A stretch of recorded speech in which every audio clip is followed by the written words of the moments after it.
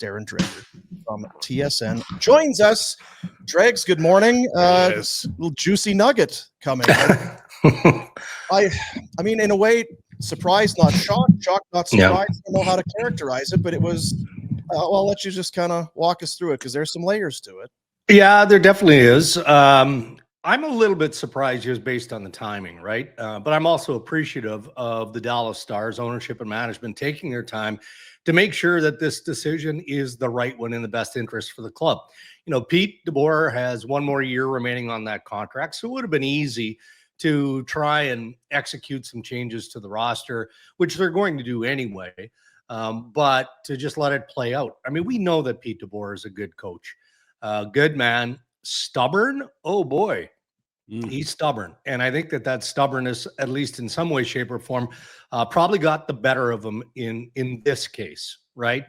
You wonder about the exit meetings with the players and the message that most delivered. I don't think I wouldn't expect any of those guys, aside from Jake Ottinger, to bury him. I know the veteran guys have high praise for Pete DeBoer, his approach, how he managed the team, all of that. So he's a winning coach, there's no doubt. But then you do look at his track record, and that's where it gets a little surprising now that he's been let go by the Dallas Stars, because, you know, Vegas hires coaches to win Stanley Cups.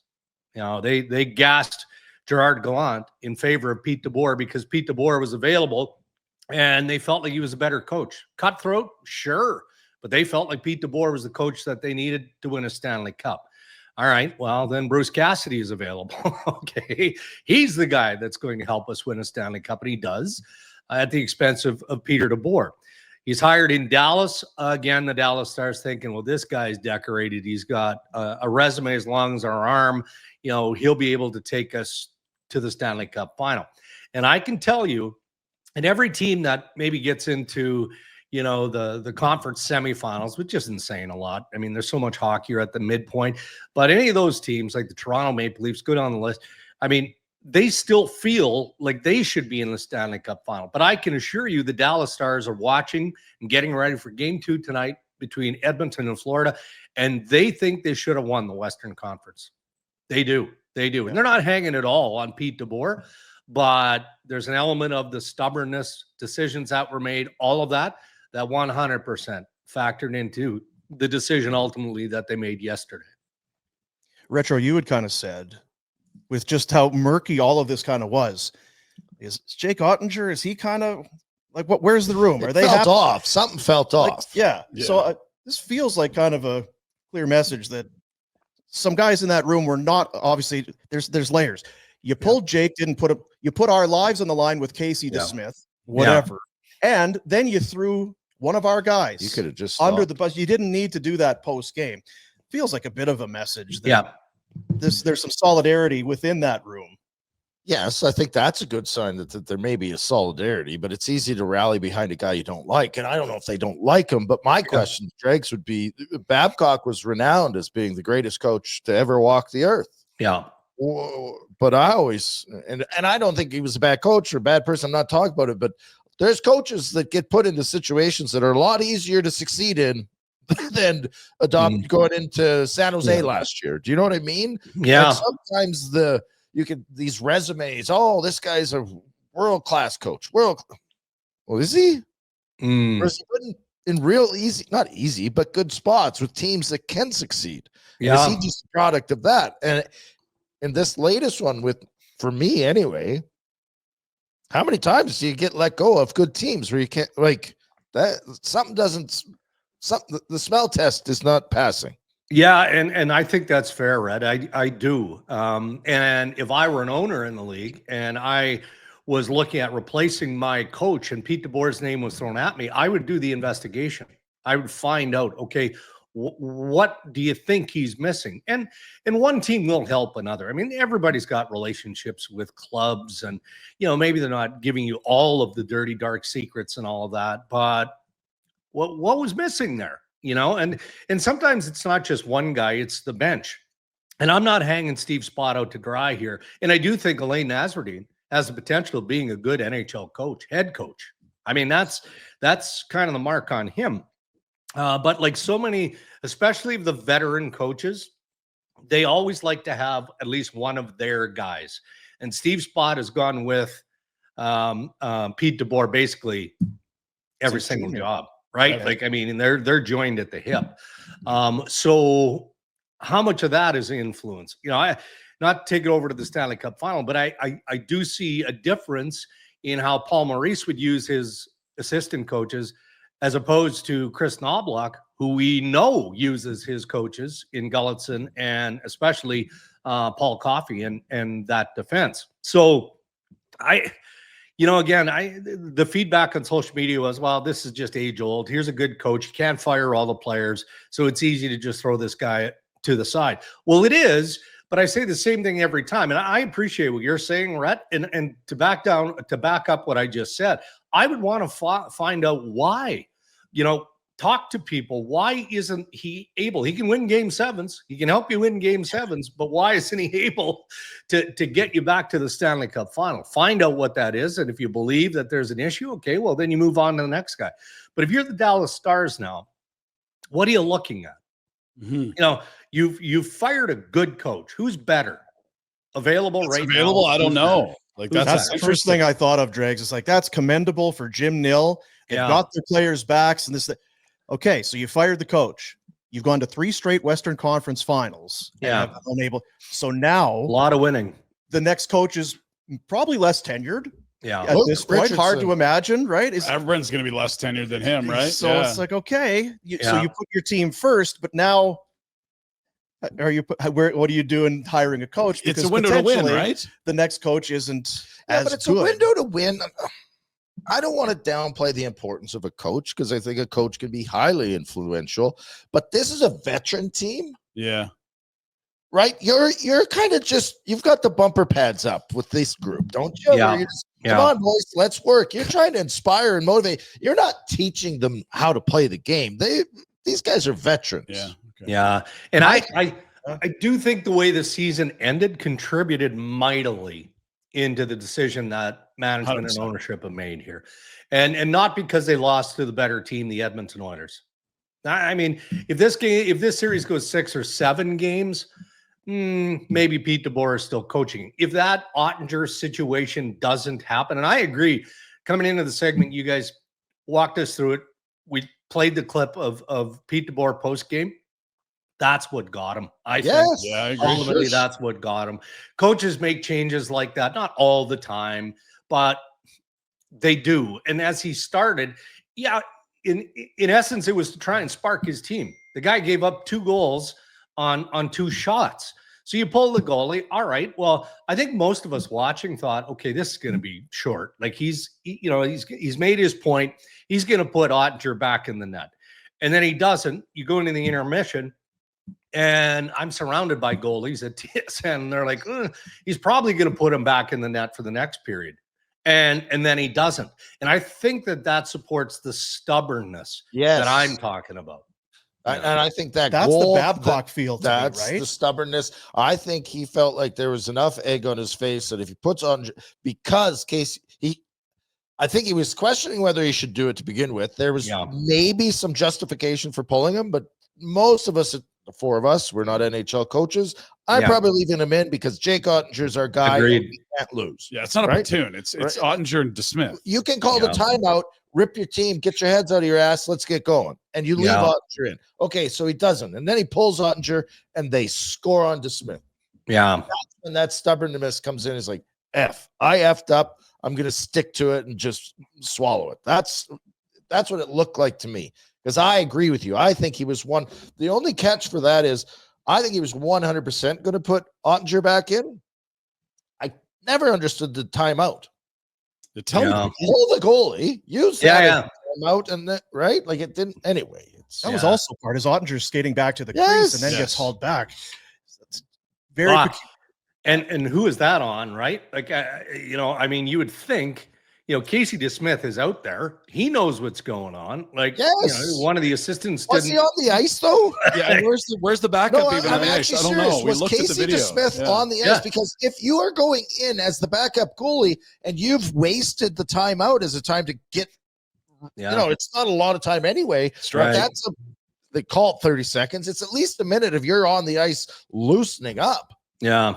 I never saw him on the ice. No, I mean, he knew, DeSmith knew, but there was a lot going on there. And look, at the end of the day, I believe, and Jim Nill is going to face the music here. Maybe has he already spoke to the media? I don't know, but somebody's got to ask. Okay, it wasn't just the pull, but then as we've heard post game, he rolls over this guy, and you got 7 years left on that contract with Jake Hunter. Like, all right, well, which way is this going to go?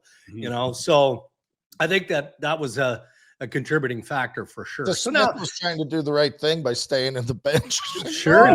Yeah. I'm like, hold on. I got my ball cap on. All is good. Nothing to see here.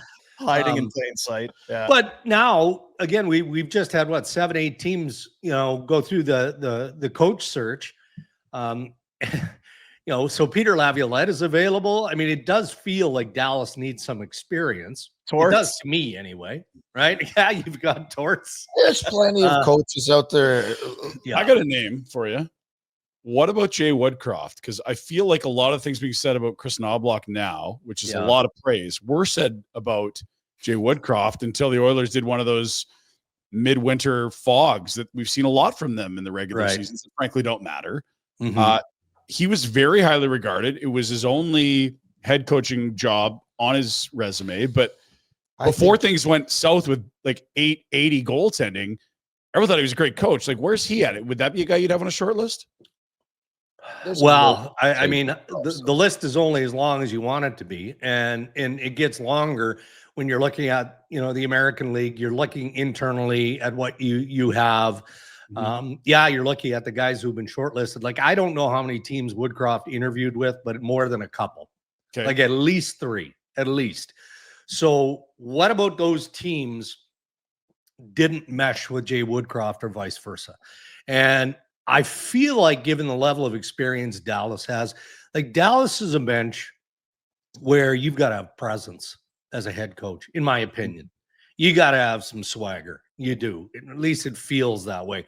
Lavi has that. But, and I'm not throwing Woodcroft under the bus. He's a very cerebral type of coach. But if you're going down that path, I mean, then you throw out, I'm hearing Derek Lalonde's name out there in relation to maybe other jobs, like assistant or associate jobs, his teams are looking at that now. Could he be a potential fit? Glenn Gulletson once was in Dallas. I mean, there's a guy that should get another look as an NHL head coach. Does he have the presence, though? I don't know. You said it. Like, that's the one thing we saw Glenn up close and personal. I think he's a real sharp guy. Yeah. But there are guys that you're like, he's going to be a better assistant than a head coach. And maybe he's been unfairly painted that way, but that's kind of feels like it. Right? I mean, it's maybe unfair. It doesn't. You know what, though? I know what. Go ahead.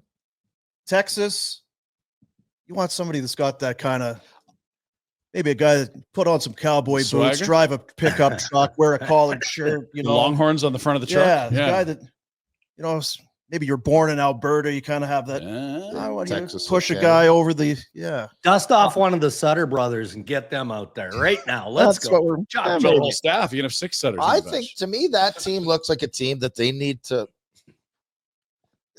I think they're really good, but I didn't think they played that hard. I agree. Like, to me, they were not going, right? Agreed. And whether they're beat up or tired, I don't know what it was. And maybe they didn't like the coach. I have no clue. Yeah. To me, that group looks like a group of guys that need someone they really want to play for. They're excited to play for. This guy's making it fun, and we're enjoying it. Go, go, go. Like, that's the other thing, too, is it's been 3 trips to the Western Final with DeBoer. So, I mean, this is maybe the straw that breaks the camel's back, but you might have been ready for a change regardless, despite how great the record is. And the lame duck status plays in for sure. But I'm with you. Like, it wasn't like, I think the disappointment in Dallas has a lot to do with, like, it just didn't look like their best effort. Lack of intensity. Like, if you played your best and lost, okay, but it just didn't ever feel like that in the series. No, I'm with you. Tyler Seguin started the series strong. Obviously, the breakaway goal. He had a couple in the one game, and then he went quiet. Robertson took him a long time to find his legs and his scoring touch. He came online as the series developed later. Mikko Rantanen, was hit or miss in that. I mean, go down the list. They are smallish up front, to be fair. I mean, Rantanen isn't, but Jamie Benn isn't. But they do have some smallish type of forwards. So it is going to be interesting to see how they retool. And that kind of feeds into the speculation around Jason Robertson, right? Like, why would his name be out there? Why would it be? Well, the only reason it's out there is that you're embracing change. And if you're trying to do that by either adding a piece through free agency, you've got to create cap space, or via trade, you've got to throw something that is going to be decent bait out there so that teams know you're serious about change. And I think that's legit. And I think that's where all that Robertson speculation is fueled from. And again, they've got a tight cap situation, and he needs a deal. That sort of adds pressure, just like DeBoer being in the final year of his deal. I don't know that you can keep everyone. Like, they got to pay Harley and they got to pay him. Yeah, there's probably not room for both of those guys to add to their cap. No, and they invested long term in Johnson, Wyatt Johnson, right after acquiring Mikko and extending him. So they've got some big tickets to wrestle with. But again, it's just it can't be about the coach all the time. It can't be. But I think they're going to be one of the more aggressive teams. I think that they're open for business in terms of the ways they're willing to be aggressive. Maybe not specifically hunting for one thing, maybe 2 or 3 things to really shake things up there. Right, Chatty. We're handling things well here in Calgary, Dregs. Jack, I sent you a thing there. Just I don't know who put this together, but it just feels like maybe we're on a bit of an island here. That there's a lot of. I get this. Oh, it's Canada's team and all this sort of thing. Yeah. Here's a look, maybe at just how. It looks like maybe that's accurate. That everyone everywhere is okay and on board with Edmonton, but there is a little pocket of us here. Interesting. Alberta, that's just Sam Bennett. We just love. Nice Matthew Tkachuk. We're still so tied to him, and Bobrovsky. I've been such a huge fan. Paul Maurice, gosh, Paul Maurice is a great guy. You really like him, yeah. Oh, Dregs, we're not. It's tough because it feels different. The whole playoff has felt different. It has more of an inevitable feeling than ever before. Really, there's poise and confidence, and they just score when they need to.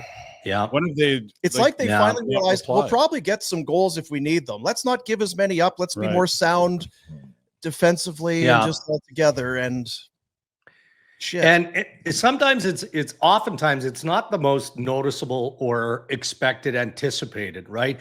We would expect Connor McDavid, being an all-world talent, to do what he did in helping and setting up the tying goal, and then be part of that power play that initiated the game winner in overtime. And the fact Draisaitl scored 2, the first and last.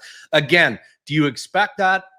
That might be lofty, but they're all world players, so they're supposed to be that impactful.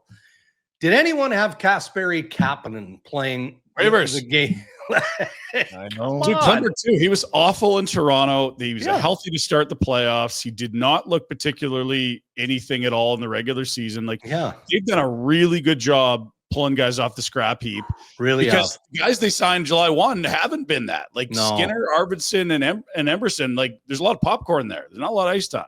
Right. And Stan Mollman took a lot of heat for those signings, and the fact that he didn't do enough. Jake Wallman, to me, has been a nice add. He looks like he's bolstered that blue line.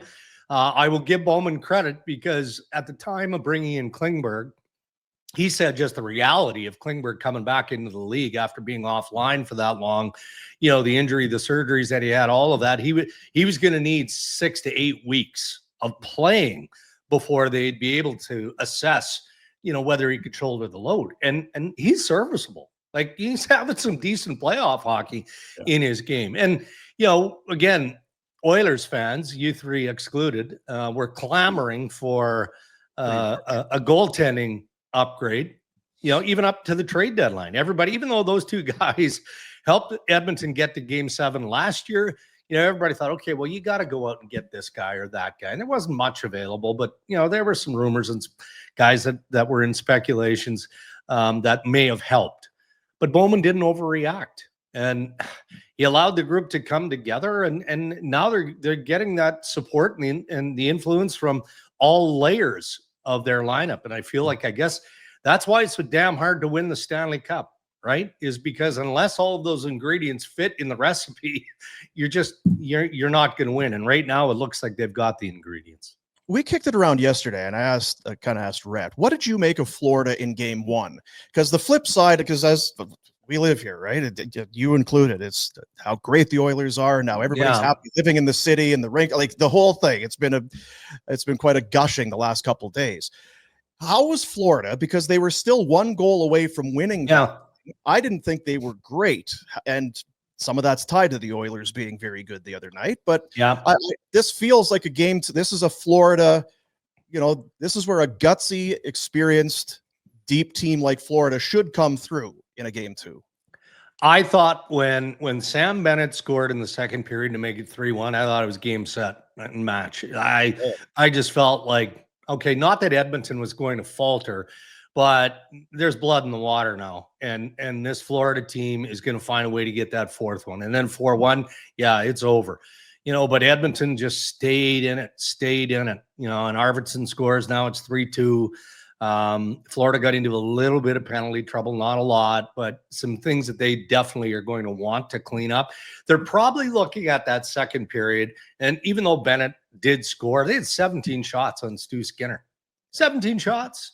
But I don't recall a sequence where, you had 2 or 3 guys jamming at the net or aggressively trying to get to Stu Skinner. I don't recall that. And that largely is the identity of the Florida Panthers. Like Sam Bennett scores too. How much did we notice Matthew Tkachuk in that game? Not a ton. And he's not Reinhart, was pretty quiet. Barkov is always noticeable because, he's just that level of player. Right. It can't just be about Sam Bennett, obviously. Otherwise, and here I call Evander Kane in this series the equalizer. We saw Matthew Tkachuk chase Aho around the ice in that Eastern Conference final. You think there's any chance he's doing that to an Oiler in this series? No chance. And not because he's worried about having to face Evander Kane or the general toughness of the Oilers. He's probably more worried about the balance that comes in that approach and the reality that, okay, well, Evander Kane is going to take somebody out, or the way the Oilers are playing offsets the nonsense that Tkachuk can provide. But it feels like he's going to have to elevate that level going into Game 2 tonight. And he's not alone. Again, it can't just be about Sam Bennett. We're going to have a long offseason talk about it, and maybe it gets done soon. But like the cap's exploding. It's the first time we've seen a rapidly growing cap in probably 5-6 years, maybe longer. Right. Yeah. And Sam Bennett is putting together a playoff for the ages. Yeah. He's clearly focused on hockey. I don't imagine he's mulling things over and talking to agent right now. But how does this play out? Because clearly Florida wants him, but it's at a number. Yeah. And if he goes to market, it's going to be a way bigger number to go somewhere else. And this cap might be $125 million in 3-4 years. Right. I just can't imagine. So Ken Hitchcock years ago said to me, and he goes, when you describe the most impactful player on a team, the guy that makes a difference in the varying ways he can play, you call him the head of the snake. So if you can cut off the head of the snake, you're going to have success. Well, Sam Bennett is the head of the snake of the Florida Panthers. He just is. Like, he drags people into the fight. So if you're Billy Zito, who, he's the most creative, arguably the most aggressive general manager in the league. Now, yes, he's got the benefit of being in Florida. He's got the taxation side of things locked up. The fact that his owner is all in every single year. It's a market that players want to go to, but you still have to execute these deals. Why did he acquire Seth Jones? Well, because they felt like Seth Jones needed a fresh start in a market that and on a team that was going to be able to elevate his game and give him the opportunity to elevate his game. and that's worked out. So do you do that knowing that you've got Ekblad coming up as an unrestricted free agent and you're going to throw all the dollars at him? I don't know how you can. When you acquire Seth Jones, even though there was some salary retention, aren't you saying that, okay, our blue line is pretty good? It's not going to be as good without Aaron Ekblad, but you've already gone through that with the suspensions and all of that. So I feel, and this isn't inside information, it's just a gut tells me Zito's going to put a package on the table for Sam Bennett at the end of the playoffs. And it's going to be comparable. You know, if it's 7 years, what if it's 8 years at $8 million or above? How does Bennett push away from that? I mean, he doesn't want to play in Toronto and you know, have people in his business every day. He, to a degree, had that in Calgary, and it's magnified tenfold in Toronto. So I don't think he's going anywhere. I could be wrong, and I'll admit it when he goes, but I just don't think he is. Do you have anything there? No, the only reason he would go is if he wanted that challenge of the Toronto, the stigma, and it's home. Like, let's be fair. You can pick a lot of it's things. not home. You're from It's a not place. home. That's where he's from. Okay, it's from where he's from. Wow. Where's he lived the last 8 years? Not in Toronto. Like, I know that I'm not going to disclose my source. I'll just say it's somebody very close to Sam. Doesn't have interest in Toronto. Yeah. He doesn't. And, you know, maybe that changes, you know, when see guys like that too, like we think of July 1st, and as soon as the window opens, those guys went in and want to scratch their name. Let's go. We're on holidays now. I got my mega deal. Woo, life is good. For the top guys, they need to go through that process. And hey, Tamperfest is just wrapped up in Buffalo, right? That's the NHL Combine. And I guarantee you that there were multiple conversations about Sam Bennett. Tamperfest. Yeah, I didn't see. Can you get those T-shirts? Where they Yeah, sell those are the I didn't T-shirts. see the video by NHL PR. What are they? Yeah, NHL Combine, just put an X and then just scratch Tamperfest underneath it. But I mean, look, Bennett is going to have multiple teams that are just plop. Here's what we're willing to do, all of that. End of the day, just why would you leave a place where every year you're going to have a chance to win and the money is there, your lifestyle is great, all of it. Now, if they lowball them, they being Florida, which I can't imagine if they do, all right, well, the writing's on the wall and you seize opportunity elsewhere. I just don't think that's going to happen. it's a very stressful situation. It is. Dean, Gosh, to sit back and go, oh, somebody's going to present me with tens of billions. 65 million or 72. which- I'm really stressed out here. Darn it, I can't sleep tonight, Yeah. honey. I'm really Yeah. $75 million contract. And you know, we'll get you out of here, but you kind of mentioned off season. We're under a month away. You get kind of focused. There's a draft to be held, and then free agency. We're already at the 6th of June here. Jeez, what else I are you know. hearing UFA wise? Any kind of rumblings about Tamperfest. Yes, coming out of Tamperfest 25. No, it's still relatively quiet. I mean, that's going to heat up. You know, there is a cadence of the calendar that the managers have gone through. They've gone through their pro scouting meetings. You know, again, this week was the NHL Combine in Buffalo. Now they'll drill down more, you know, do the final touches to the draft. And for sure, you know, they've done the work through their pro scouting meetings on what the UFA market looks like. And they've got their tiers and where this player slots and all of those things. And in the meantime, you know, if you've got restricted free agents, you're obviously trying to get those guys tied up as well, you know, to avoid the reality of speculation of offer sheets and all of those things. So it's a never ending wheel that keeps turning, man. Every day there's something going on. Nice. Appreciate you, Dregs. Have a fine weekend. Okay, guys, you too. Hey, buddies. Thanks for watching. We appreciate it. Also, if you could throw in a like and subscribe, it does help us out with what it is we are doing. And check out more at flamesnation.ca.